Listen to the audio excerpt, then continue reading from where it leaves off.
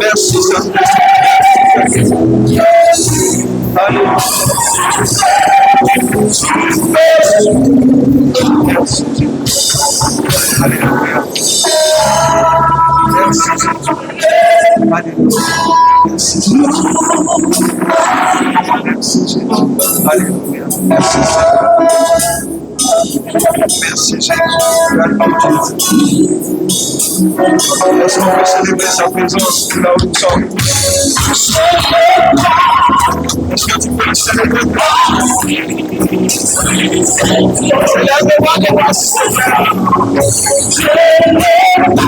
Célèbre s'il te plaît. Acclamez s'il te plaît sur ta position.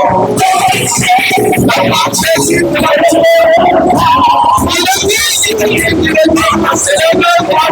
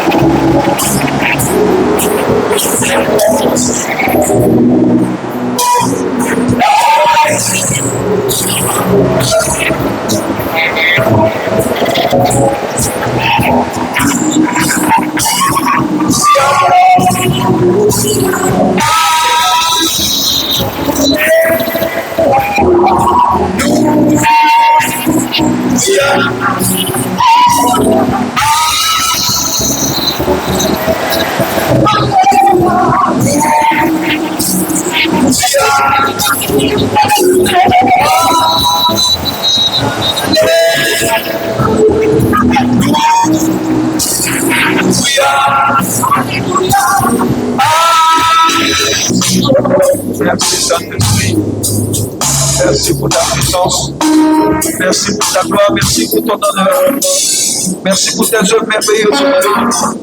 Il n'y a pas meilleur endroit, Seigneur, où nous puissions être qu'ici ce soir. Il n'y a pas meilleur lieu où nous pouvons être, Seigneur, si ce n'est le lieu de ta présence. Nous voulons t'honorer par nos orations. Nous voulons t'honorer par notre acclamation. Nous voulons t'honorer ce soir. Merci Jésus. Acclame Jésus, je lui remercie. Je lui remercie.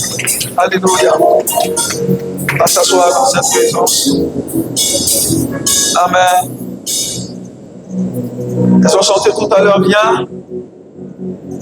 Esprit de révélation, souffle sur nous, parce que nous avons besoin de toi. Ça me rappelle la prière de l'apôtre Paul dans le livre d'Éphésiens, son chapitre 1, verset 17. Paul s'adressait à cette église d'Éphèse et il dit: ma prière pour vous, c'est que Dieu et le Père de notre Seigneur Jésus vous confère l'esprit de révélation et de sagesse qui vous fasse le connaître en profondeur. Alléluia. Et qui vous donne d'avoir les yeux de votre cœur illuminés, de sorte que vous puissiez percevoir la grâce qui s'attache à son appel. Et il parle également de la richesse glorieuse qu'il confère à chacune de nos vies dans le but de sponsoriser notre appel. Et il parle également de la puissance de Dieu qui accompagne toutes ces choses. Et le mot puissance là, Quand vous l'analysez à partir des textes grecs, vous allez voir qu'il y a 4 mots là qui signifient la puissance. Vous avez exousia, vous avez kratos, vous avez ictus, et vous avez une quatrième puissance qui me reviendra tout à l'heure. Donc, quand il parle de la puissance qui accompagne ceux qui ont découvert leur appel, il y a tout un arsenal en termes de protection qui accompagne ceux qui ont repéré leur appel. L'appel, ça vous rappelle le livre d'ordination. Parce que le livre d'ordination, c'est le manuel de fonctionnement de ta vie. De même que lorsqu'un véhicule ou un appareil est fabriqué, ce qui permet à l'appareil de fonctionner correctement, il y a toujours un manuel qui accompagne. Chaque produit a son manuel. Et l'homme est le produit de Dieu. Et pour ce faire, Dieu a mis à sa disposition un manuel de fonctionnement. Et le manuel nous dit ce qu'il faut faire. Et le manuel nous dit aussi ce qu'il ne faut pas faire. Le manuel nous dit ce qu'il ne faut pas faire pour endommager l'appareil. L'homme fonctionne ainsi. À chaque fois que nous allons, j'ai envie de dire, dans une direction contraire au livre d'ordination, il y a un dysfonctionnement qui se produit dans nos vies. Mais à chaque fois que nous sommes alignés au standard de Dieu, selon ce qu'il a défini, vous allez voir que Éphésiens chapitre 2, verset 10 parle des œuvres que Dieu a préparées d'avance afin que nous les pratiquions. Il parle des œuvres que Dieu a préparées d'avance. Donc ce ne sont pas de nouvelles œuvres que nous venons faire. Nous ne venons pas pour innover la vie. Nous ne venons pas pour inventer la vie. Il y a déjà, j'ai envie de dire, une vieille histoire nous concernant, parce que ce qui est nouveau pour nous est vieux pour Dieu. Alléluia. Donc il y a que nous avons dans les archives de l'éternité des livres qui parlent de nous. Et Dieu a pourvu à tout. Dieu a pourvu à ce qu'il faut pour financer. Dieu a pourvu également à la puissance, ou aux puissances qui doivent accompagner tous ceux qui ont trouvé leur appel. Paul dit, ce qu'il vous faut, c'est l'esprit de révélation en premier. Et regardez ce qu'il nous dit, pour qu'on puisse avoir accès à cet esprit de révélation. L'esprit de révélation n'est pas une réalité toute trouvée. Il dit, ma prière, c'est que Dieu vous donne. Ça veut dire que pour avoir accès au monde de la révélation, il faut monter par l'échelle de la prière. Il dit, je prie, c'est à partir du monde de la prière que Dieu relâchera l'esprit de révélation qu'il faut pour vous. Et il parle de l'esprit de révélation, et puis il ajoute à l'esprit de révélation ce qu'on appelle l'esprit de sagesse. Parce qu'en réalité, l'esprit de révélation ne fonctionne pas seul. Il peut avoir la révélation sans avoir la sagesse pour décoder la révélation. C'est comme quelqu'un qui reçoit un rêve de la part de Dieu. C'est une révélation. Le voile est levé. Mais beaucoup ont le rêve sans comprendre le rêve. Donc la révélation, c'est que tu as eu le rêve. Mais tu viens vers quelqu'un pour dire, mais qu'est-ce que ça veut dire? Le qu'est-ce que ça veut dire là fait appel à l'esprit de sagesse. Souvenez-vous avec Nebuchadnezzar, quand il a eu ce rêve, ils ont dit, mais qui est-ce qu'on peut trouver dans ce royaume qui a la sagesse de Dieu pour être à même de décoder, de déchiffrer la révélation au travers du rêve qu'il vient d'avoir? Donc la révélation est un monde, ou se trouve dans un monde. Et il nous enseigne que l'échelle pour avoir accès à ce monde-là, c'est la prière. Alléluia. Vous vous souvenez que Salomon a demandé quoi à Dieu dans la prière? Il dit, Seigneur, je veux ta sagesse. Il y a un monde à partir duquel nous avons accès à la sagesse de Dieu. On dit, tout vient par la prière. C'est très important. C'est très important. Parce que Dieu ne vit pas dans notre monde. Dieu vit dans son monde à lui. Mais la distance entre notre monde et le monde de Dieu n'est pas comme Abidjan Yamoussoukro, non. La distance entre notre monde et le monde de Dieu fonctionne par dimension. Ça veut dire que là où nous sommes se trouve la dimension de Dieu. Mais pour avoir accès à cette dimension, il n'y a pas de distance. C'est un peu comme là où nous sommes, il y a toutes les fréquences. Mais est-ce que nos yeux voient les fréquences? Non. Mais les fréquences sont là. Celui qui a un appareil radio, quand il capte automatiquement, il a accès à plusieurs chaînes qui sont déjà là. Donc ce n'est pas loin en termes de distance, mais c'est juste différent en termes de dimension. Dieu est dans la dimension spirituelle. La Bible dit que lorsque Jésus viendra pour prendre son église, il a dit en un clin d'œil, nous disparaîtrons de ce monde pour apparaître dans un autre monde. Et ça se fera automatiquement. Donc quelqu'un ferme les yeux, il l'ouvre. Tu as déjà basculé de ce monde au monde surnaturel. Et même ceux qui décèdent, c'est comme ça que ça se passe. Ils n'ont pas besoin de plusieurs minutes pour quitter notre monde et avoir accès à l'autre monde. Non, c'est une dimension. Donc quand il ferme les yeux, qu'il ouvre, il se trouve dans une autre dimension. Alléluia. Donc c'est pourquoi Paul et autres parlent de la mort comme étant un voile. C'est comme tu retires un voile et tu te retrouves automatiquement dans un autre monde. Alléluia. Dieu est là où nous sommes. Dieu est présent, mais Dieu est dans sa dimension. Dieu est dans son monde. Pour avoir accès à ce Dieu-là, il nous faut tout simplement traverser notre monde pour avoir accès à son monde. Jacob a dit, et l'Éternel était en ce lieu. Et moi, Jacob, je ne le savais pas. Donc, il lui fallut qu'il dorme pour voir que là où il était, c'était bel et bien sur la terre. Mais sur la terre se passait une activité incroyable, surnaturelle. Il dormait et puis il avait une échelle. Et il voyait les anges monter et descendre. Il avait les yeux physiques, mais il ne pouvait pas les voir avec les yeux physiques. Donc, il fallait les yeux de la dimension des anges pour voir ces anges. Donc, nous sommes dans une dimension et Dieu est aussi dans sa dimension. Donc, quand on arrive dans la présence de Dieu, la prière d'entrée, l'adoration nous permet de faire quoi? Nous permet de voyager de notre monde au monde de Dieu. Parce que quand vous prenez le mot communion vient du grec qui signifie koinonia. Et l'une des définitions de koinonia, en plus d'être l'intimité, la communion, le mot koinonia aussi signifie transport. Philippe était quelque part. Il a été transporté par l'esprit pour aller rencontrer qui? L'eunuque. Il n'a pas eu besoin de prendre un véhicule. Parce qu'il était en koinonia avec Dieu. Et dans la dimension de koinonia, il y a le transport. Transporté par l'esprit. N'oubliez pas, la Bible dit que vous êtes comme le vent. On ne sait pas d'où vous venez, on ne sait pas où vous allez. Alléluia. Donc c'est très important pour nous de comprendre que on se prépare à rencontrer Dieu. Parce que c'est possible de venir à Bethel sans rencontrer le Dieu de Bethel. C'est possible d'être dans le bâtiment sans être dans l'église. C'est possible d'être dans le bâtiment sans rencontrer Christ. Donc à chaque fois que nous venons, tout ce que nous faisons autour nous permet de préparer le culte. Parce que le culte n'a pas lieu tant que nous sommes dans les parvis. Le culte n'a pas lieu tant que nous sommes dans le lieu saint. Mais le culte a lieu lorsque nous sommes dans le lieu très saint. Lorsque nous pouvons communier avec le Dieu qui se trouve au lieu très saint. Et c'est ça la chose la plus compliquée quand on vient à l'église. Le plus compliqué, c'est de réussir à toucher Dieu pour la communion. Sinon, c'est comme si on est venu juste dans le bâtiment et qu'on est ressorti. Une chose est de venir dans le bâtiment. Une autre chose est de rencontrer le Dieu de Bethel. Parce que le jour où nous le rencontrons, nos vies ne seront plus jamais la même. Tant que nos vies ne le rencontrent pas, nous n'aurons pas un témoignage à raconter. Mais le jour où les gens les ont vus à Antioche, ils ont dit, mais ce qu'on voit de leur vie extérieure, ça veut dire leur foi commence à l'intérieur. Mais la foi était tellement remplie à l'intérieur que cette foi a commencé à affecter leur extérieur. Quand ils les ont vus, ils disent, ceux-là, ils ont tout de Christ. Donc nous, on peut les appeler des chrétiens.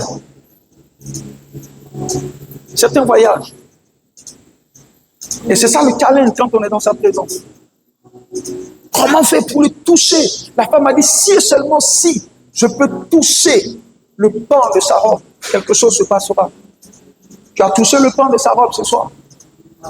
Plus tu es trempé dans la rivière de sa présence ce soir. Si tu es d'accord avec ça, acclame le Seigneur.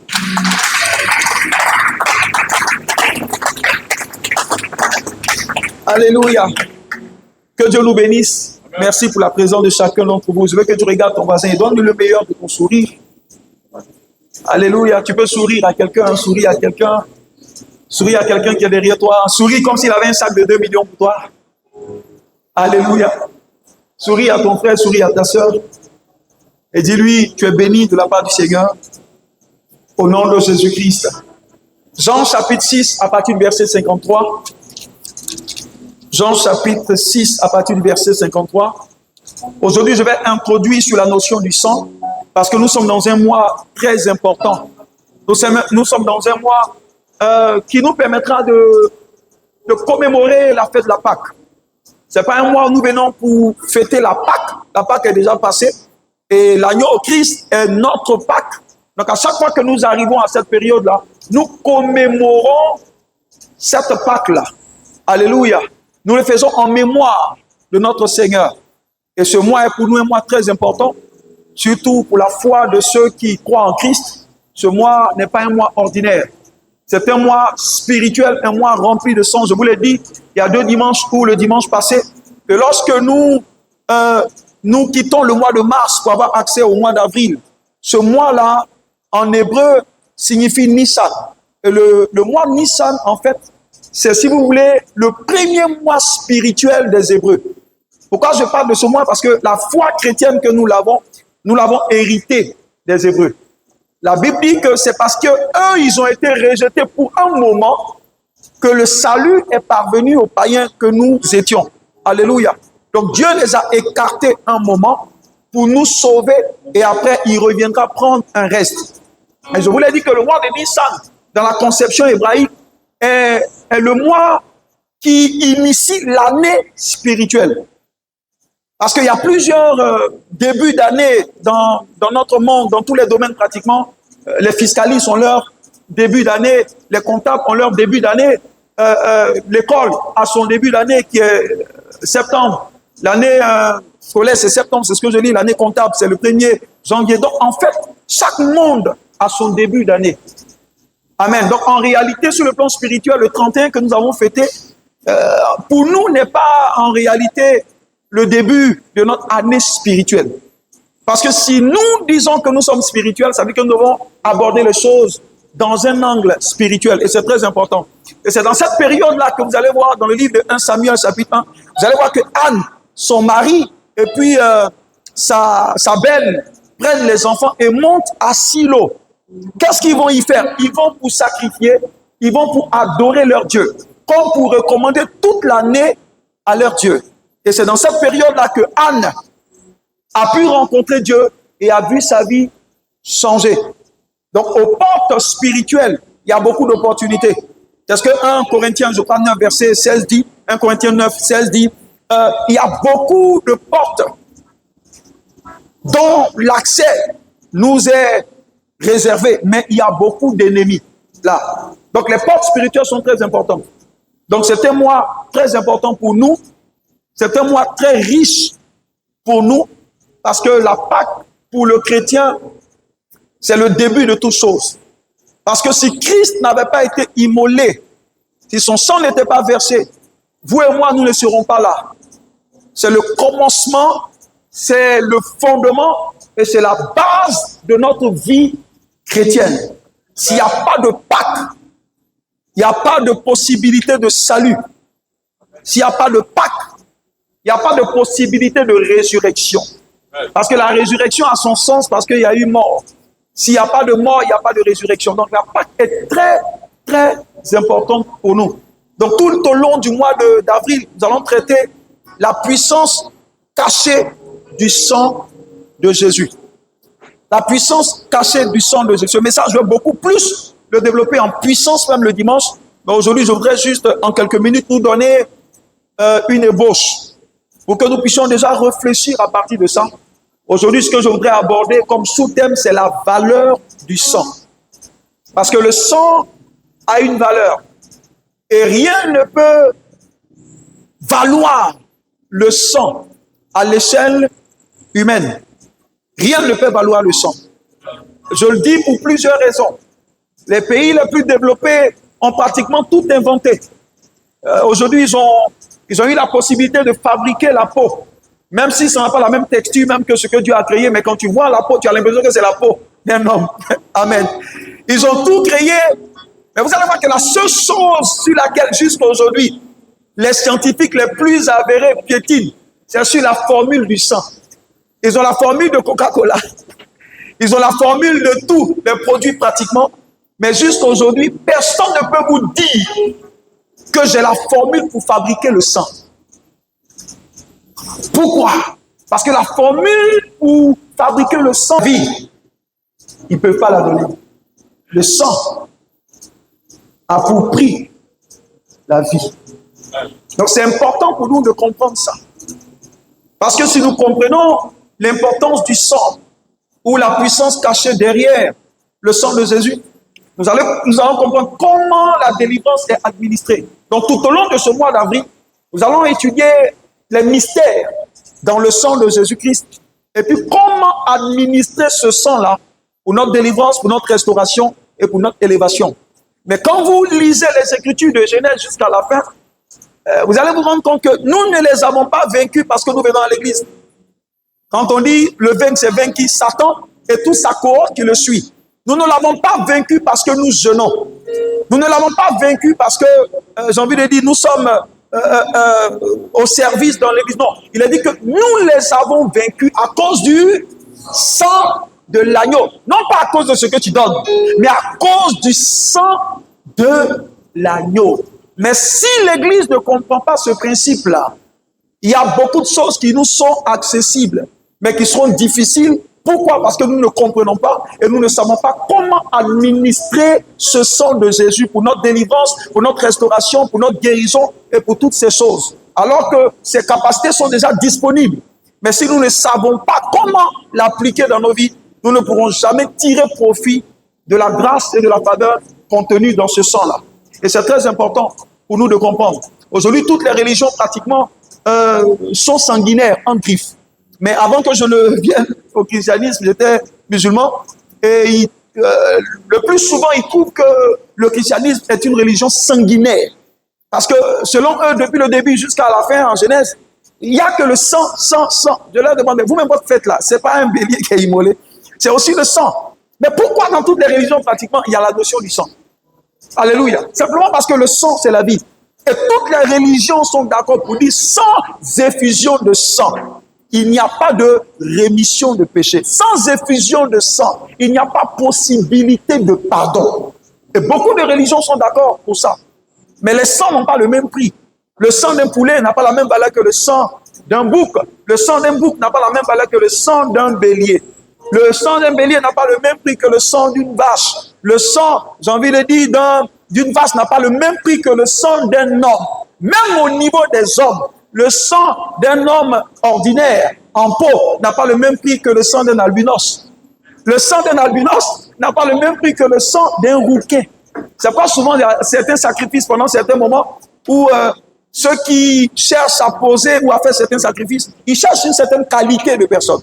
Parce que plus la chose est rare, plus sa valeur est élevée. C'est un principe économique. Plus la chose est rare, plus elle est plus chère. Donc le sang d'un albinos, l'albinos il est rare. Donc son sang vaut mieux que le sang de ceux qui sont versés. Alléluia. Donc dans la notion du sang, c'est très important pour nous de comprendre. Si nous comprenons ça, nous allons comprendre pourquoi le sang de Jésus est supérieur. Parce que si nous ne comprenons pas ces éléments basiques, il sera difficile pour nous de comprendre pourquoi on parle du sang de Jésus et qu'est-ce que ça fait réellement dans nos vies. Les sangs n'ont pas le même prix, mais le sang, c'est la vie. C'est très important. Et tout au long de ce mois-là, les enseignements que tu entendras des pasteurs en général viendront pour t'aider à vivre une vie paisible, à vivre une vie de délivré constant, à vivre une vie de personnes qui savent comment administrer le sang de Jésus. Pourquoi? Pour obtenir des batailles, ou plutôt la victoire dans les combats qui se présentent à ces personnes. Le sang de Jésus, il est dit, parle plus fort que le sang d'Abel.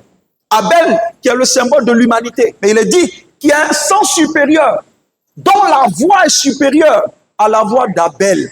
Abel, c'est le représentant de l'humanité, si vous voulez. Alléluia. Parce qu'il est le sang d'un humain. Donc ça veut dire que le sang d'Abel est un peu comme le sang de ma mère, le sang de mon père qui est en moi. Mais il est dit qu'il a un sang supérieur, qui est le sang de Jésus-Christ. Il est dit que ce sang est supérieur à toute voix de sang qui crie contre moi. Ça veut dire que s'il y a un sang de mon père qui crie l'imitation, le sang de Jésus crie déblocage. Donc le problème, ce n'est pas d'avoir le sang de Jésus, c'est comment administrer ce sang-là dans nos vies. Et c'est important pour nous de comprendre cela. En juste une vingtaine de minutes ce soir, nous allons introduire, et dimanche, nous allons aller en profondeur. Et la semaine prochaine, un autre pasteur va développer un autre pan. Et ça sera un festival de connaissance et de compréhension pour ce mois d'avril. Et Dieu nous bénira dans le nom de Jésus. N'oubliez pas que c'est ce que nous savons qui nous permet d'être libérés. Proverbe 11, verset 8 dit, le juste sera délivré par quoi? Par sa science. Donc c'est ce que tu sais qui te libère. Et la délivrance, n'oubliez jamais ce que je dis, la délivrance n'est pas lorsque le démon est chassé. Lorsque le démon est chassé, on l'appelle l'exorcisme. Une personne peut être exorcisée sans être délivrée. La délivrance vient lorsque la compréhension des choses de Dieu te sont administrées. C'est très important. Alléluia. Donc, Jean chapitre 6, à partir du verset 53, je vais lire rapidement et on va aller vite. Jean 6, à partir du verset 53 jusqu'au verset 56. Le pasteur doit m'aider. Amen. Jean 6, 53 à 56. Jésus leur dit, En vérité, en vérité, je vous le dis, si vous ne mangez la chair du Fils de l'homme, si vous ne mangez la chair du Fils de l'homme, et si vous ne buvez son sang, et si vous ne buvez son sang, vous n'avez point la vie en vous. il dit, vous n'avez point la vie en vous-même. Celui qui mange ma chair, Celui qui mange ma chair boit mon sang, et boit mon sang la vie éternelle. a la vie éternelle, Et je le ressusciterai au dernier jour. et je le ressusciterai au dernier jour. Car ma chair est vraiment une nourriture, Car ma chair est vraiment une nourriture, et mon sang est vraiment un et repas. mon sang est vraiment un breuvage. 56. 56. Celui qui mange ma chair Celui qui mange ma chair et qui boit mon sang et qui boit mon sang demeure en moi, demeure en moi, et je demeure en lui. et je demeure en lui. Comme le Père Comme le Père est vivant, qui est vivant m'a envoyé, m'a envoyé, et que je vis par le Père, et que je vis par le et Père, si celui qui mange vivra par moi, et si celui qui mange vivra par moi, c'est ici le pain c'est ici le pain qui est descendu du qui ciel. est descendu du ciel. Il n'en est pas comme de vos pères qui ont mangé la manne Et en son et nom, sont morts. Celui qui mange se fait privaire de vêtements. Amen. Amen. Gloire à Jésus. On va s'asseoir dans cette présence. Juste en quelques minutes, je vais introduire. Il s'agit d'une conférence internationale que Jésus avait eue certainement, avec plusieurs personnes qui le suivaient. Pour ceux qui méditent beaucoup les Écritures, se rendent compte que partout où Jésus se déplaçait, il y avait des foules qui s'invitaient. Pourquoi? Parce que c'était un homme de spectacle. C'était un homme qui avait la parole de Dieu dans sa bouche. Vous vous souvenez, parfois quand il parlait, même les pharisiens, les docteurs de la loi disaient, mais celui-là, il a une manière particulière d'enseigner. Il parle avec autorité et avec puissance. Ils étaient émerveillés de la manière dont Jésus enseignait. Donc ces paroles n'étaient pas simplement des paroles, mais ils sentaient une puissance indescriptible derrière la parole que Jésus relâchait. Donc beaucoup le suivaient parce qu'ils étaient émerveillés par sa manière de rendre ministère. Beaucoup le suivaient aussi, pourquoi? Parce que c'était un homme de spectacle. Partout où Jésus était, tu étais sûr de pouvoir voir des poissons se multiplier, de pouvoir voir du pain se multiplier et de pouvoir certainement assister à des guérisons miraculeuses. Jésus était un homme de miracles. C'était un homme exceptionnel. Et avec lui également, tu avais la possibilité d'avoir accès au mystère du royaume de Dieu. Il enseignait sur des choses qui dépassaient l'intelligence des hommes. Un jour, il a rencontré Nicodème et il lui parlait des choses du royaume. Et Nicodème, qui était docteur de la loi, a commencé à poser des questions que Jésus a trouvé que c'était des questions quand même enfantines. Jésus lui a dit, mais toi qui es docteur de la loi, si tu ne comprends pas les choses naturelles que je t'explique, comment pourras-tu comprendre les choses spirituelles? Donc Jésus était agréable à entendre. Jésus était tellement agréable à suivre que beaucoup de personnes le suivaient. Alléluia. Et beaucoup sont venus de partout, simplement pour assister à la grâce de Dieu qui était sur la vie de cet homme exceptionnel qu'il appelait docteur, il l'appelait rabbi, d'autres l'appelaient maître, selon que chacun voit en lui une dimension de l'appellation qu'il lui donne. Et Jésus a commencé à enseigner sur beaucoup de choses. Et le temps était arrivé pour lui de passer aux choses, j'ai envie de dire, spirituelles et aux choses profondes. Il a commencé à enseigner sur des mystères tellement forts que ça scandalisait plusieurs. Pour ceux qui lisent la suite, vous allez voir qu'arrivé à un moment donné, quand il a commencé à parler de son corps qu'il doit manger et de son sang qu'il doit boire, plusieurs ont été irrités. Ils ont été scandalisés. Et ils se sont dit, mais attends, on n'est pas devenus des cannibales. À cause de ton pain et de tes poissons secs, tu nous parles de manger ta chair. Donc si on te suit, demain, qu'est-ce que tu nous demanderas encore? La Bible dit, ils ont trouvé que la parole de Jésus était dure. C'est le mot qu'ils ont employé. On dit qu'ils trouvaient que les mots de Jésus étaient durs. Écoutez-moi bien, la gloire est assise dans la dureté des choses. Ouais. Dans ce que nous trouvons dur de la parole de Dieu, c'est dans ces réalités qu'est assise la gloire de Dieu.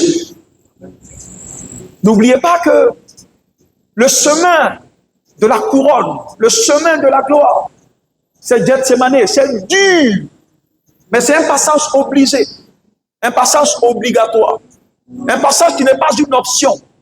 En fait, ceux qui ne veulent pas souffrir sont ceux qui renoncent à la royauté. Ceux qui ne veulent pas souffrir dans leur marche avec le Seigneur sont ceux qui renoncent à ce que le Seigneur a de meilleur. Mais si bel et bien nous voulons avoir accès aux dimensions que le Seigneur a acquises, le prix à payer, c'est la souffrance. Parce qu'un jour, Paul a dit, nous partageons la souffrance de Jésus dans notre chair aussi. Parce qu'il est notre modèle. Si par cette voie, il a eu accès à cette dimension de grâce, chacun d'entre nous doit comprendre que s'il doit, c'est ce même chemin que nous aussi, nous allons prendre. Ce n'est pas une option. Ce n'est pas une alternative. Alléluia. C'est une réalité qui nous est imposée. Parce que le chemin du palais, c'est Gethsémane. C'est pas j'aime bien ce son-là d'Ancine Loyekan qui dit quoi? Il n'y a pas de trône sans de trône sans croix. C'est ce qu'il a dit. Et il n'y a pas de sacrifice. C'est ça. Il n'y a pas de gloire sans sacrifice. Alléluia. Gloire à Jésus. Donc c'est tellement vrai. Amen. C'est tellement vrai. Parce que c'est ce qu'il a dit, c'est le résumé de la vie du Seigneur. Alléluia. C'est le résumé. Il n'y a pas de trône sans croix. Il n'y a pas de trône. Ce qui nous catapulte dans la gloire qui est dans le trône, c'est la croix. Alléluia. Et c'est très important pour nous de comprendre comment Dieu fonctionne. Écoutez, la chrétienté est un mélange de souffrance et un mélange de gloire. Parce que c'est la souffrance qui produit la gloire. Pierre l'a dit dans plusieurs de ses écrits. Hein. Il a dit quoi? Il dit les souffrances qui viennent ont pour but de produire quoi? La patience. Il a commencé à citer. Parce qu'il y a les dimensions de gloire que tu auras du mal à maintenir si tu n'as pas souffert dans la vie. Prends 1 million, donne-le à quelqu'un qui n'a jamais souffert. Il va te finir ça en 10 minutes. Parce qu'il n'a pas souffert pour avoir ça. Mais donne ces mêmes 1 million à quelqu'un qui a souffert. Ces 1 million deviendront entre ses mains des milliards. C'est très important. Donc la souffrance a un effet positif dans nos vies. La souffrance a un effet positif. Et c'est ce que l'Apocalypse nous dit concernant la vie de Jésus. Il a dit c'est parce que Jésus a été immolé qu'il a reçu quoi? La puissance, la gloire, l'élévation, la faveur. Tout ce qu'on lui sait est venu parce qu'il a souffert. Donc le trône que Jésus a acquis, le couronnement qu'il a eu à la droite du Père, il a eu au prix de son sang. Parce que quelqu'un qui est capable de laisser verser son sang est une personne qui a été capable de laisser verser sa vie. Parce que le prix du sang, c'est la vie. La valeur marchande de la vie, c'est le sang. Alléluia. Et parfois, pour voir combien nous coûtons aux yeux de Dieu, parfois c'est important de comprendre ces choses. Ta valeur, ce n'est pas une banque d'or ou une banque de diamants. C'est trop petit pour ta valeur. Pour voir ce que tu vaux en termes de valeur marchande, il faut juste voir le prix que Dieu a été capable de payer pour t'avoir. Parce qu'il nous a pris dans le marché, il nous a exagorasé. On était sur le marché, vendu. Et il nous a payé à un prix. Quand il est arrivé à ce marché-là, certainement il y a eu tout type de propositions. Le diable a dit non. Il a proposé de l'or, il dit non. Il a proposé du diamant, il dit non. Il lui a dit la vie, ou le prix de ce que tu veux me prendre, c'est ta vie, il a versé son sang. Donc c'est sa vie qu'il a donnée pour nous avoir. Donc notre prix, c'est la vie de Dieu.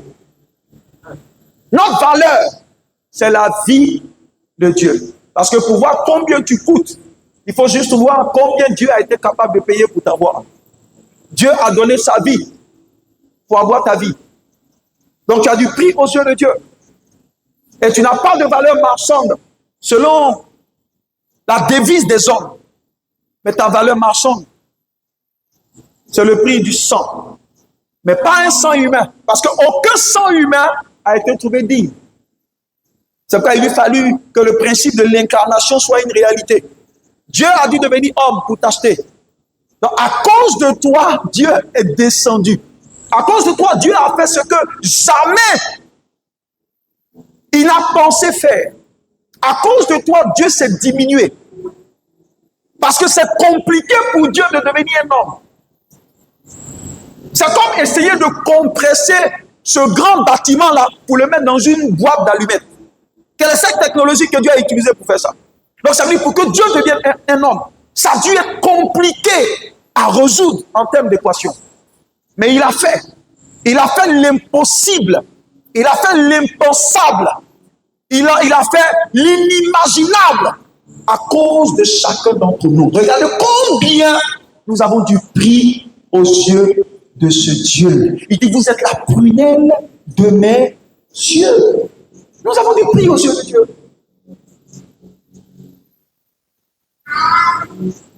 Parfois quand je pense à ces choses, la joie m'inonde. La valeur du sang. Et Jésus a commencé à leur parler des choses du royaume. Ils ont trouvé que c'était dur. Mais Jésus leur révélait un mystère important. Et c'est après ça que beaucoup l'ont quitté. Et ceux avec qui il devait opérer pour accomplir l'œuvre de son Père sont restés avec lui. Sans le sang, il n'y a pas de pardon. Sans le sang, il n'y a pas de vie. La vie de toute chair, Lévitique 17:11, nous allons développer ça dimanche, est dans son sang. La vie de toute chair, c'est son sang. Donc ça veut dire que tout sang que nous avons la possibilité de voir en réalité était concentré de la vie de la personne ou de l'être qui transporte ce sang. C'est pas toute personne qui se vide de son sang est une personne qui se vide de sa vie. Regardez ce que les médecins sont capables de faire juste pour arrêter une hémorragie. Parce qu'ils sont conscients que la vie est dans le sang. Ils sont conscients que le sang est le récipient de la vie. Et ils sont conscients également de Genèse chapitre 2, où la Bible dit que lorsque le projet de Dieu devait être mis en exergue, parce qu'en Genèse 1, verset 26, Dieu a réuni son conseil et il a dit faisons, créons. C'était juste le projet. Et Dieu le Père a fait sa part en envoyant la dimension esprit de l'homme. Et Dieu le Fils est rentré en scène et a commencé à façonner la boue. La Bible dit former. Il a formé pour donner un certain squelette à l'homme. Il a formé les yeux, il a formé les mains, il a formé la bouche, il a formé les oreilles. Quand vous lisez Genèse 2, verset 7, vous allez voir que ce que Jésus a formé était encore un cadavre. Parce que les yeux étaient là, mais ne pouvaient pas voir. La bouche était là, mais elle ne pouvait pas parler. Les oreilles étaient là, mais elle ne pouvait pas entendre. La main était là, mais elle ne pouvait pas saisir. Les pieds étaient là, mais ils ne pouvaient pas se maintenir debout. Ce n'est pas la solidité des os dans le corps d'une personne qui la maintient en vie. Non. Mais la Bible dit, tout était mort. Et Dieu a fait quoi? Dieu a soufflé en ce cadavre-là. Il a soufflé quoi? Il a soufflé la vie. Et le sang a commencé à couler dans toutes les dimensions, a commencé à irriguer toutes les parties du corps de l'homme. Et il est dit que et cet homme est devenu quoi? Une âme vivante. Est devenu une entité vivante. Mais qu'est-ce que Jésus a communiqué en l'homme? Il a communiqué sa vie, qui est sa vie à lui. Alléluia. Qui est plutôt une dimension de sa vie à lui. Parce qu'en Dieu, la dimension de vie est progressive. Vous allez vous rendre compte que la Bible parle de la vie et la Bible parle aussi de la vie en abondance. Donc ça veut dire que la vie est différente de la vie en abondance. C'est la progression. Quand on rentre en Christ, on commence par la vie Mais cette vie-là peut se bonifier dans le temps. Cette vie-là peut progresser. Quand Jésus a soufflé, qu'est-ce qui s'est passé? Il a dit que l'homme est devenu quoi? Une âme vivante, pas un esprit vivifiant. Donc ça dit que l'âme a sa vie, la chair a sa vie, et l'esprit aussi a sa vie. Donc quand Jésus a soufflé, il a soufflé une première dimension de vie qu'on appelle la vie souké. Alléluia. La vie souké. C'est la vie, j'ai envie de dire, à partir de laquelle Adam est mort. Parce que Adam n'a pas pu avoir Zoé. Zoé se trouvait dans l'arbre de la vie qui était dans le jardin. Donc le but de Zoé, c'était d'Adam, c'était de progresser dans la vie pour avoir accès à la prochaine étape de la vie qu'on appelle la vie Zoé. Donc la vie des animaux, c'est la vie bios. C'est la vie biologique. Donc ça dit que quand Dieu a créé les êtres, il a dit que Dieu a parlé et l'eau a fourni les eaux, il a pris la terre et il a parlé et nous avons reçu ces animaux. Et ces animaux que nous avons vus là, que nous avons reçus, en fait, ont reçu une autre dimension de la vie, mais qui n'est pas la vie même de Dieu. C'est la vie bios. Ça, c'est la vie biologique. C'est la vie que les animaux ont. La vie qui est dans leur sang. Mais toute vie est dans le sang. La vie du poulet se trouve dans le sang du poulet. La vie du bœuf se trouve dans le sang du bœuf. Parce que tu vides le bœuf de son sang, il meurt aussi. Parce que la vie va quitter le sang. Mais la vie qu'il y a à ce niveau-là s'appelle la vie bios. Et ce que Adam a reçu, c'était la vie souké. C'est la vie de l'âme. Parce que Adam est mort comme étant un homme charnel et un homme psychologique. Adam n'a jamais pu être spirituel. C'est pourquoi la Bible parle de lui comme étant le premier Adam qui est mort, une âme vivante. Et l'esprit de Jésus, ou le deuxième Adam Christ qui est venu, lui était plutôt un esprit vivifiant. Mais toute la vie de tout être se trouve dans son sang. Donc le sang est le récipient de la vie. C'est trop précieux le sang. Mais la valeur du sang que nous avons, c'est la vie de Dieu. Nous en tant qu'humains. Surtout en tant qu'humains qui avons accepté le Seigneur. Parce que quand on accepte le Seigneur, c'est ce que Jean 17, verset 3 dit, car la vie éternelle, c'est qu'ils le connaissent. Donc quand on l'a connu, il y a une première dimension. Parce que je l'ai dit, la vie éternelle profonde et abondante ne vient pas juste par l'acceptation. Mais Jean dit, ça vient par la connaissance. Donc au début, quand tu acceptes Christ, il y a ce potentiel de la vie Zoé qui t'est donnée. Mais cette vie-là doit grandir et croître à mesure que tu le connais. Donc la vie grandit en nous, la vie de Dieu grandit en nous à mesure que nous connaissons Christ chaque jour. Donc chaque jour que nous apprenons à connaître Christ, que le Saint-Esprit nous pousse à aller en eau profonde avec Dieu, il y a une dimension de vie qu'il ajoute à la vie déjà que nous avons. Parce que c'est possible qu'une personne passe de la vie simple à l'abondance de la vie. Nous avons la vie Zoé, mais en mesure. Et c'est la connaissance de Christ qui nous fera progresser dans cette vie et grandir dans cette vie. Mais nous avons la vie Zoé. Et la vie Zoé, c'est la vie de Dieu. Quelqu'un a dit c'est le genre de vie de Dieu, mais en réalité, ce n'est même pas le genre, c'est la vie même de Dieu. Parce que quand on dit un genre, c'est comme, c'est pas trop ça, et puis c'est un peu comme. Non. Dis un genre de vie de Dieu, c'est comme, ça ressemble. Mais ce n'est même pas ça ressemble, c'est le genre, c'est la vie même de Dieu lui-même. Donc, avoir Zoé, c'est avoir la vie de Dieu. Et cette vie est dans le sang. Quand il a soufflé, Adam a reçu cette vie psychologique. Mais il devait manger à l'arbre de la vie pour avoir quoi? La vie Zoé. Et c'est là où le diable l'a éliminé. C'est pourquoi je dis, et j'ai l'habitude de le dire, Adam est né parfait, mais incomplet. Pourquoi? Parce que la vie de Dieu ne lui a pas été administrée. Mais pour nous qui avons Christ en nous, par la personnalité du Saint-Esprit, nous avons certes bios, mais nous avons plus que bios, nous avons souké. Nous avons aussi plus que souké, nous avons Zoé. Nous avons la vie supérieure. La vie supérieure à la vie des animaux. Qu'est-ce qui fait que nous sommes supérieurs aux animaux? C'est qu'eux, ils ont bios, nous on a Zoé. Qu'est-ce qui fait qu'on est supérieur aux hommes du monde? Eux, ils ont souqué. Ils fonctionnent par les émotions, ils fonctionnent par la chair, ils fonctionnent par la psychologie. Mais nous fonctionnons par Zoé. Alléluia. Et le sang est le récipient de la vie de toute personne. Une personne qui est vidée de son sang est une personne qui est vidée de sa vie. La vie est emprisonnée dans le sang.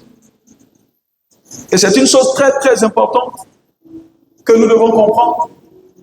Et lorsque l'homme a reçu ce souffle-là, les yeux ont commencé à s'ouvrir et voir. Les oreilles ont commencé à entendre. Le cadavre, parce qu'il a reçu la vie, cette deuxième dimension de vie-là, que la vie souquée, a commencé à se tenir debout. Et l'homme a commencé à réfléchir, parce que l'intelligence, l'intellect se trouve dans l'âme. Alléluia. Les gens du monde, ils ont l'intelligence, ils ont l'intellect.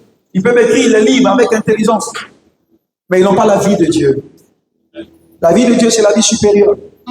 Mais nous, toi et moi, nous avons cette vie de Dieu. Nous avons cette vie supérieure. C'est pourquoi Dieu nous appelle ses enfants. Nous avons la même nature et l'essence de Dieu même. Par son sang qui est en nous. Ça fera l'objet d'un autre message. Mais en réalité, le sang qui est en nous, après avoir accepté le Seigneur, ce n'est pas le sang de notre Père.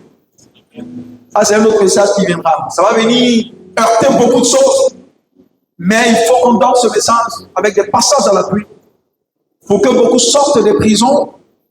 Alléluia. Parce que parfois, la mécompréhension est une prison déjà dans laquelle Dieu nous met. Le diable nous met. N'oubliez pas que 2 Corinthiens parle de quoi? Des forteresses au niveau des pensées. Ce que tu crois est ce que tu deviens. Les pensées sont le centre de bataille de l'ennemi. Pourquoi le Seigneur nous donne son sang constamment à boire? Pourquoi il nous donne son sang constamment à boire? C'est pour régler quelque chose en rapport avec notre sang. Alléluia. Mais le sang est le récipient de la vie. Et tout est dans le sang. Même sur le plan biologique, même sur le plan biologique, on dira que c'est le sang qui transporte les globules, qui transporte l'oxygène, qui transporte la vie, qui envoie ce sang-là dans le cœur et qui arrive dans le cerveau et autres.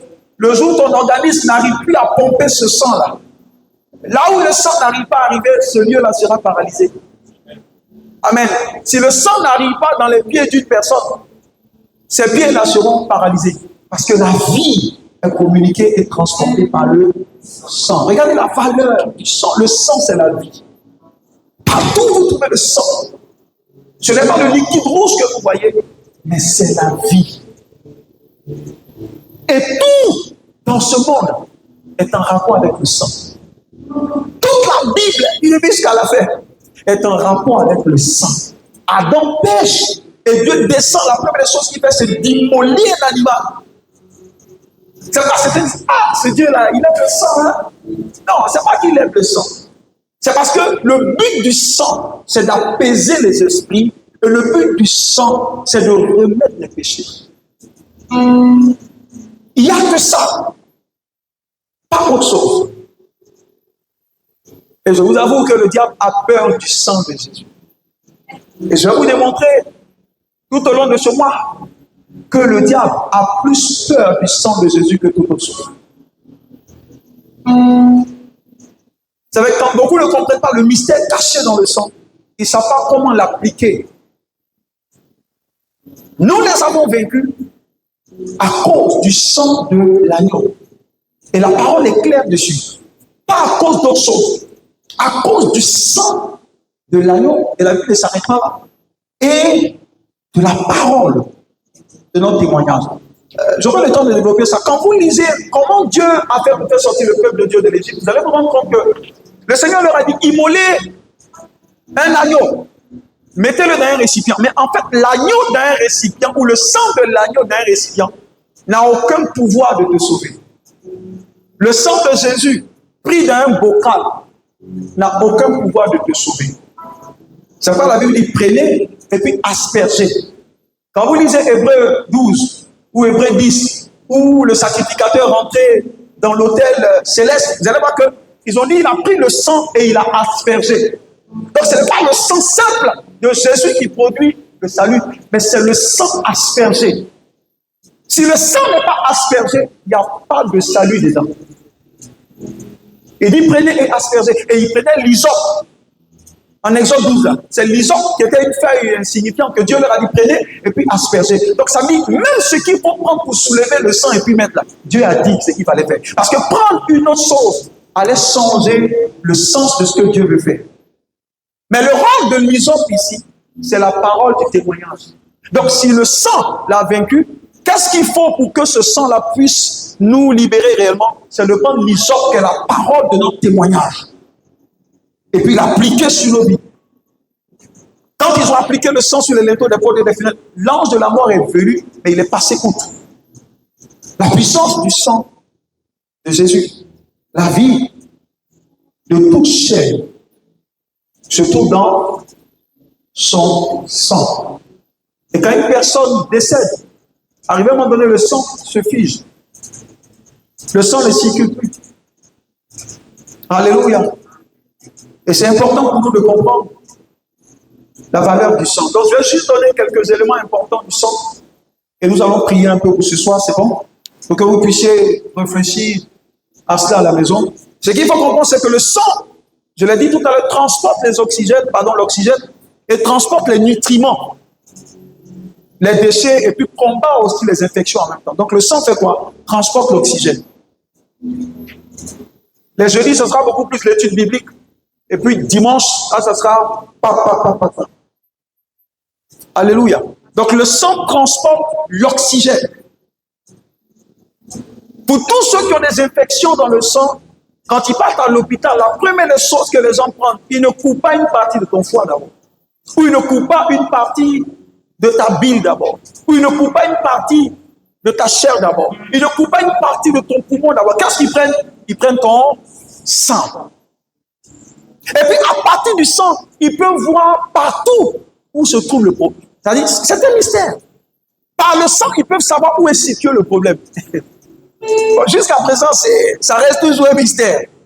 Ils prennent juste ton sang et puis ils te disent, le problème se trouve au niveau de la côte. Par le sang. Ou le problème se trouve au niveau du poumon. Ou le problème se trouve au niveau du cerveau. Juste par le sang. Il y a quelque chose dans le sang. La vie est dans le sang. Si les gens avaient pu avoir la formule du sang, ça, mais Dieu a rendu secret ce code. Personne n'a la formule du sang. Parce que ce n'est pas le liquide rouge qui fait le sang. Parce que dans le sang, il y a ce qu'on voit, il y a ce qu'on ne voit pas. Il y a une dimension spirituelle dans le sang. L'âme est dans le sang. Même si tu as la formule du sang liquide, comment tu trouves la formule de l'âme? Donc c'est une équation impossible pour les autres. Je pense qu'ils n'ont même pas voulu penser à ça parce que c'est trop compliqué. Le sang est un mystère. Et la vie est dans le sang. Et la Bible dit, je l'ai répandu sur l'autel pour vous. Quand vous lisez Lévitique 17, le Seigneur dit quoi? Il dit, la vie se trouve dans le sang. Et c'est le sang pour l'expiation. Il dit, je l'ai répandu sur l'autel pour vous. Et il a fait depuis Lévitique. Avant même que le mystère de la croix ne soit activé, Christ avait déjà versé son sang pour nous. C'est important, hein? Je faisais une délivrance un jour, c'était, je crois, l'année passée, en début d'année. Et j'étais face à un esprit de franc-maçonnerie. L'esprit disait non, tant que la personne ne donne pas un montant sur l'autel, parce que c'est à partir d'un sacrifice de sang que la vie de la personne a été liée, j'ai brandi l'autorité du sang de Jésus. J'ai dit, Jésus a déjà accompli ce sacrifice ultime à partir de son sang. Je lui ai dit à l'esprit, j'ai dit, mais il y a quel sang qui est supérieur au sang de Jésus? Donc si le sang de Jésus est supérieur à tout, ce qu'il faut comprendre, c'est que le sang de Jésus a surpayé. Le sang de Jésus a payé les péchés passés. Le sang de Jésus a payé les péchés présents. Et le sang de Jésus est suffisant pour payer les péchés de toute l'humanité dans le futur. Donc le sang de Jésus a surpayé Et quand je dis ça, l'Esprit m'a dit, tu ne dis pas ça. Je dis, c'est ça qu'il faut, parce que c'est la voix dans le sang de Jésus-Christ qui parle plus fort que la voix du sang du Père, de la personne qui réclame sa mort. Pendant que le sang du diable en toi, ou le sang de tes parents, des aïeuls, de tout ce qu'ils ont fait, par l'imitation, le sang de Jésus crie libération et déblocage. Et l'Esprit est parti sur ça.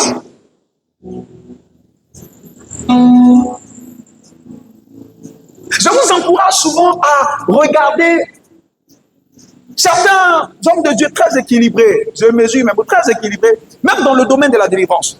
Et puis observez-les mots qu'ils disent pour la délivrance. Rien d'autre que le sang de Jésus. Reinhard Bonnke, qui est plus grand que Reinhard Bonnke? Un homme de Dieu que Dieu a utilisé puissamment, qui a apporté la délivrance des vies. Ce n'est pas un homme qui parle pour que les démons bougent. Sa présence apporte le miracle, apporte la délivrance, apporte les restaurations. Juste par le sang. Et leur message, quand vous étudiez, ce n'est même pas des messages académiques comme nous aujourd'hui. Non, c'est des messages simples. Le sang de Jésus. Le nom de Jésus. Et les démons commencent à partir. Nous les avons vaincus à cause du sang de Jésus. Mais comment administrer ce sang-là? C'est là le challenge. Mais nous aurons le temps de le voir dans tout ce mois d'avril. Mais ce n'est pas ce que tu apportes qui libère, mais c'est le sang de l'agneau qui libère.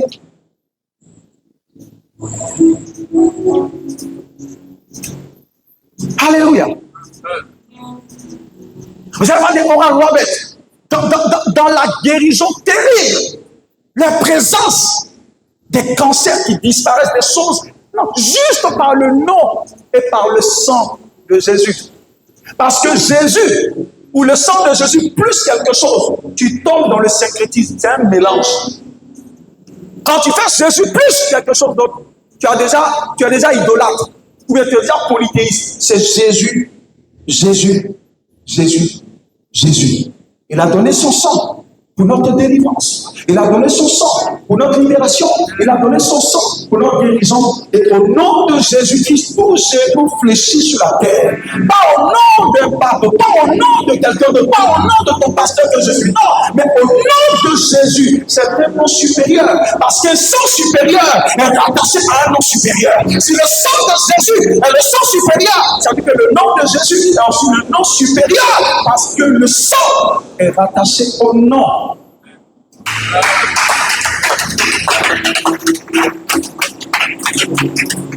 There is no sacrifice without the blood.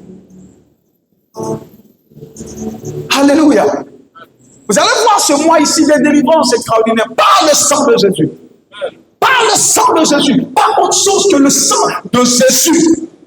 Il dit, je l'ai donné à l'autel pour vous. Qu'est-ce que ton sang dit? Et qu'est-ce que le sang de Jésus dit? La Bible mentionne, il dit le sang de Jésus parle plus fort. Ça dit, fais-moi entendre la voix du sang qui est en toi. Et je te dirai en retour la voix dans le sang de Jésus. Et tu sauras que le poids, la capote dans le sang de Jésus est supérieur à la vie qui est dans le sang de ton père ou de ta mère.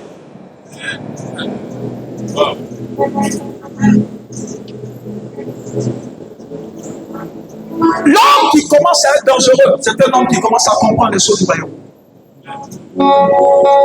La puissance du sang de Jésus est la seule chose qui effraie le diable.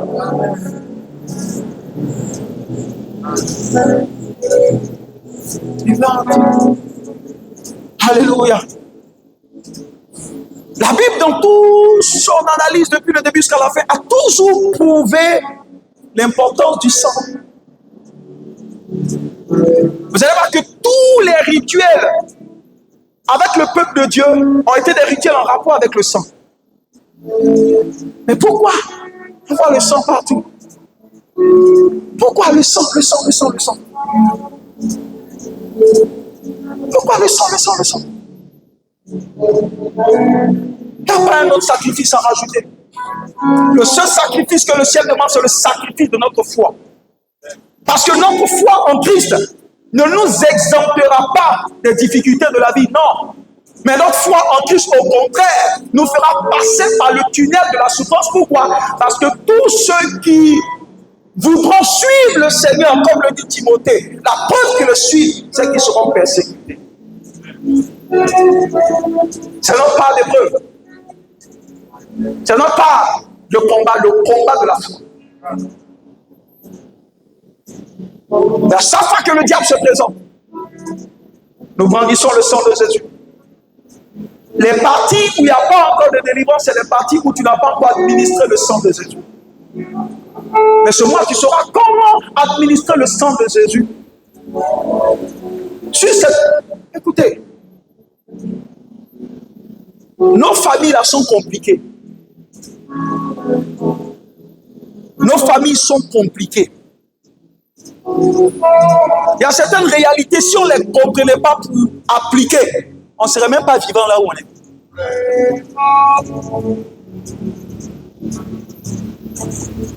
La famille d'Abraham était compliquée. La famille de Moïse était compliquée. Mais le sang de Jésus, là où le sang des parents dit, tu ne peux pas évoluer, le sang de Jésus dit si, il peut évoluer. Parce que j'ai payé le prix et j'ai versé mon sang pour que tout sacrifice qui devait être fait soit comblé par mon sacrifice supérieur. Alléluia. Et quand vous lisez les Écritures, j'ai pu dénombrer 447 fois où le mot sang a été employé dans toute la Bible. 447 fois. Dans 375 versets. Sang. Parce que la Bible nous parle de l'agneau de Dieu. Mais l'agneau de Dieu qui n'est pas immolé ne peut pas nous aider. Parce qu'il faille qu'il soit immolé. Ce sang-là devait être versé. Parce que sans effusion de sang, il n'y a pas de rémission de péché. Et c'est ce que Éphésiens chapitre 1, verset 7 nous dit. Éphésiens 1, 7 nous parle du sang de la rédemption. Le mot rédemption veut dire racheter, c'est le mot rachat. C'est pourquoi je vous dis et je le réitère encore, il n'y a pas de rachat dans la nouvelle alliance, ça n'existe pas. Il n'y a pas de sacrifice de rachat, c'est fini. Jésus nous a exagorasés. Ça veut dire qu'il nous a rachetés du marché. L'agora, c'est le marché. Exagorasé, ça veut dire nous enlever du marché. Sans possibilité qu'on soit remis encore sur le marché. C'est le sens des exagorazo.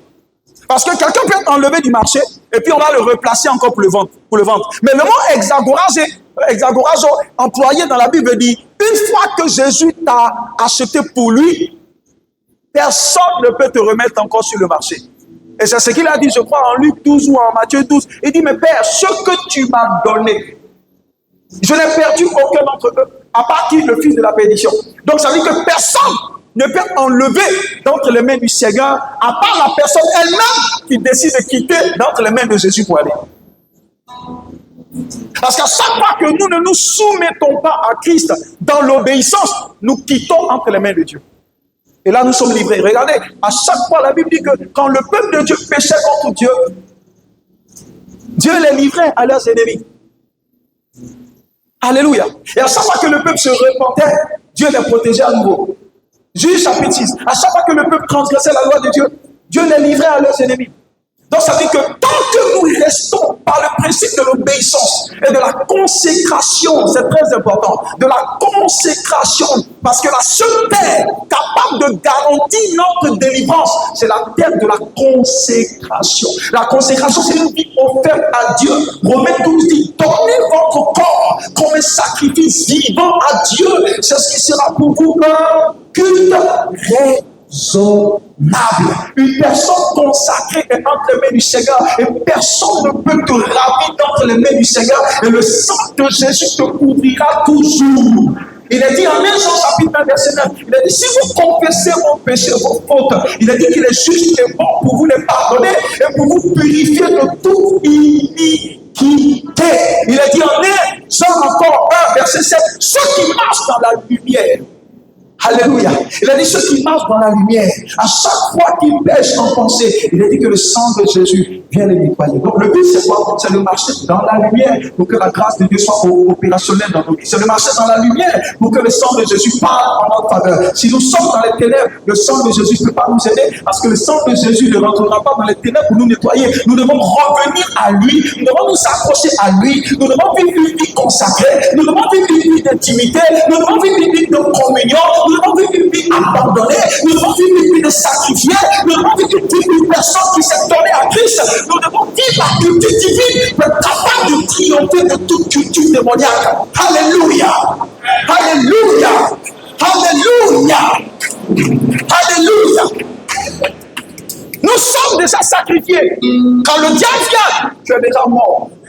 Nous sommes crucifiés avec Christ. Il a dit, si je vis, je ne vis plus. Mais c'est Christ qui vit en moi. La question, c'est est-ce que nous sommes crucifiés? Parce que si nous sommes vivants, si l'ancien nous est vivant, c'est que le diable a de la nourriture à manger. Le diable se nourrit de l'ancien homme. Le diable se nourrit du vieil homme. Mais à chaque fois que le diable nous voit, qu'il ne nous voit pas, nous-mêmes en tant que gramé mais qu'il voit Christ en nous, il n'y a plus la possibilité de réclamer Christ. Pourquoi? C'est qui ça nous a payé le prix pour nous.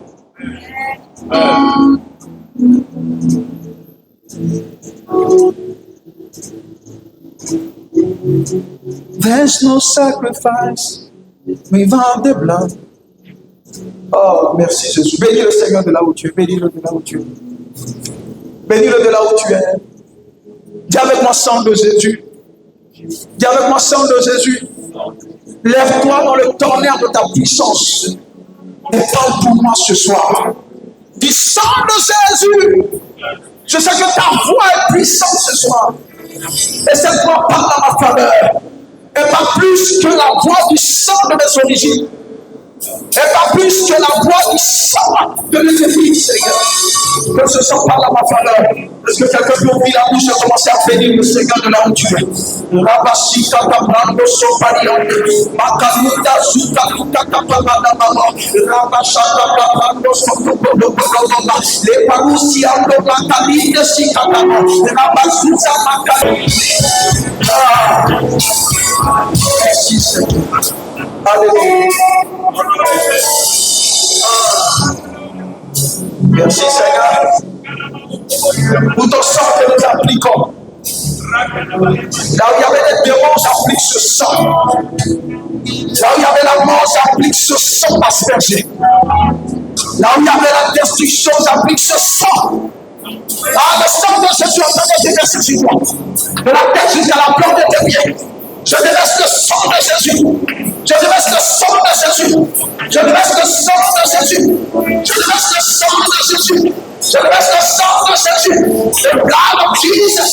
The blood of Jesus. The blood of Jesus. The blood of Jesus. The blood of Jesus. The blood of Jesus. The blood of Jesus. Le sang de Jésus. J'applique le sang de Jésus. Là où il y avait la contamination, j'applique le sang de Jésus. Là où il y avait la maladie, j'applique le sang de Jésus. Là où il y avait la mort, j'applique le sang de Jésus. Le sang de Jésus. Le sang de Jésus. Le sang de Jésus. The blood of Jesus. Ah.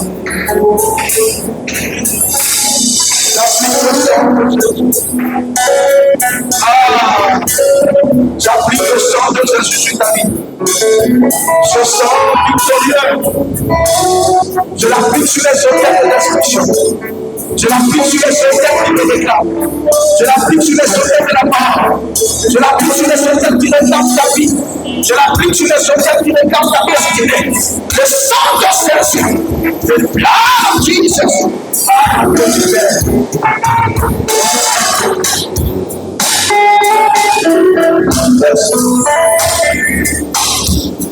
Oh.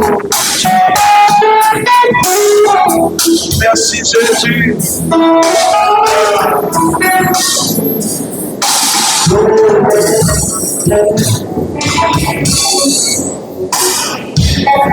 Alléluia.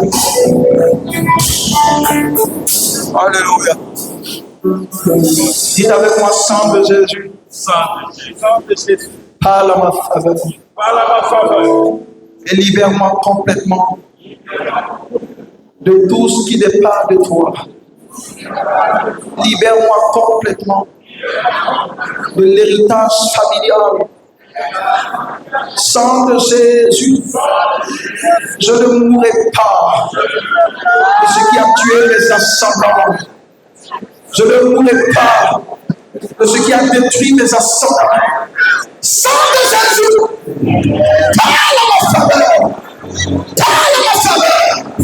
Parle à ma faveur. Parle à ma faveur. Parle à ma faveur. Parle à ma faveur. Parle à ma faveur. Parle à ma faveur.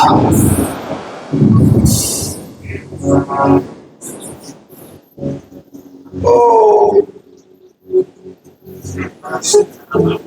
Libra Zukalunde Makatosha Nasika Tabaranda Baba Rabasu Paliando Makalinde Sika Tabarika Baba Rabasu Kalabaka Toso Paliata Malika Tosha Kamando Soto Mapakata Aika Bagataya Rabasu Kalabaka Aika Boka Boka Boka Boka Lepo Shaka Zaka Tosoto Imo Sika Nika Baba Baba Rabasaka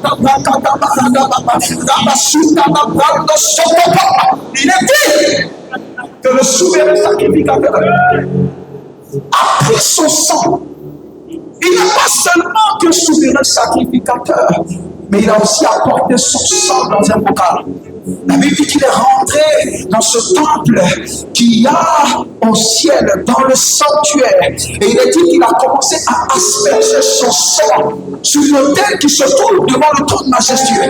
De sorte qu'à chaque fois qu'un sang crie vengeance, à chaque fois qu'un sang crie mort, à chaque fois qu'un sang crie destruction, la voix du sang retentit depuis l'éternité jusque sur la terre. Vous dites, celui-là est ma fille, celui-là est mon fils bien-aimé. Je payais le prix pour lui. Je déclare que là où le sang de tes parents te condamnait, que la puissance dans le sang de Jésus te laisse aller.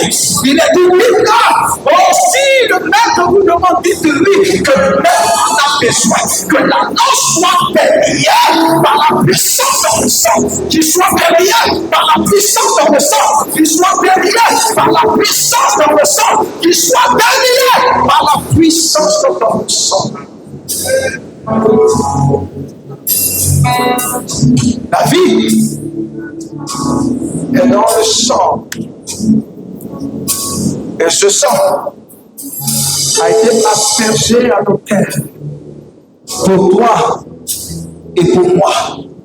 Ça fait que ce qui donnait la légalité au diable sur nous, le Seigneur lui a enlevé sa légalité. Le diable a une raison basée sur notre ignorance, mais il n'a pas la légalité.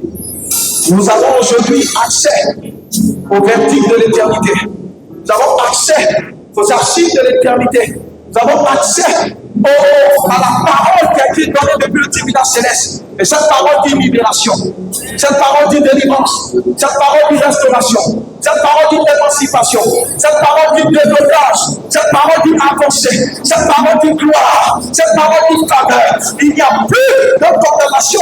C'est dans cela que la parole de vie, il n'y a plus de condamnation. Parce que l'activité légale de l'ennemi lui a été enlevée. Lorsque nous étudions le système judiciaire divin, beaucoup comprendront ça. Mais la vie est dans le sang. Il y a d'abord le sang de Jésus qui coule dans mes veines. Le sang de Jésus qui coule dans mes veines.